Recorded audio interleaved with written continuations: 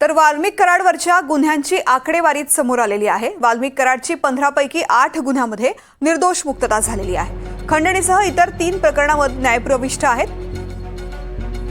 वाल्मिक कराडवरच्या गुन्ह्यांची आकडेवारी समोर आलेली आहे। यामधल्या 15 पैकी 8 गुन्ह्यांमध्ये वाल्मिक कराड निर्दोष मुक्त झालेला आहे, तर खंडणीसह इतर 3 प्रकरणं न्यायप्रविष्ट आहेत।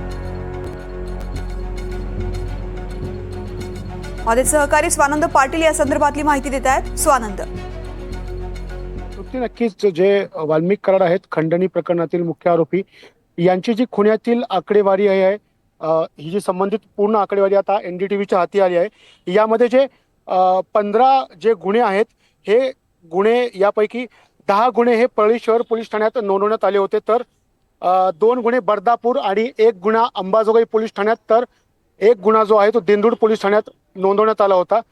मात्र यातील जे 8 गुन्हे आहेत, हे 8 गुन्ह्यात वाल्मिक कराड हे निर्दोष मुक्तता यांची झालेली आहे, तर यातील 3 गुन्हे जे आहेत अद्यापही प्रलंबित आहेत। तर त्याचबरोबर एका गुन्ह्यातलं जे नाव आहे ते कमी करण्यात आलेलं आहे आणि 2 प्रकरणात जे आहे ते दोषारोप न केल्या गेल्यामुळे हे गुन्हे आणखी सिद्ध झालेले नाहीयेत। तृप्ती, 3 गुन्हे अद्याप सिद्ध झालेले नाहीये जे न्यायप्रविष्ट आहेत, ते कोणते गुन्हे आहेत त्या संदर्भातली काय माहिती आहे?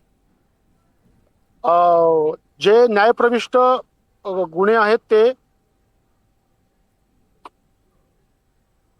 2000 ते बर्दापूरचा एक त्यात गुन्हा आहे। दोषारोप मधून मुक्तता त्यांची त्या ठिकाणी झाली आहे। आणखीन प्रलंबित जे गुन्हे आहेत त्यामध्ये निश्चित स्वानंद, धन्यवाद संपूर्ण माहितीसाठी। तर वाल्मिक कराडवरच्या गुन्ह्यांची आकडेवारी समोर आलेली आहे। अद्यापही 3 गुन्हे हे न्यायप्रविष्ट आहेत, इतर 8 गुन्ह्यांमध्ये निर्दोष मुक्तता झालेली आहे।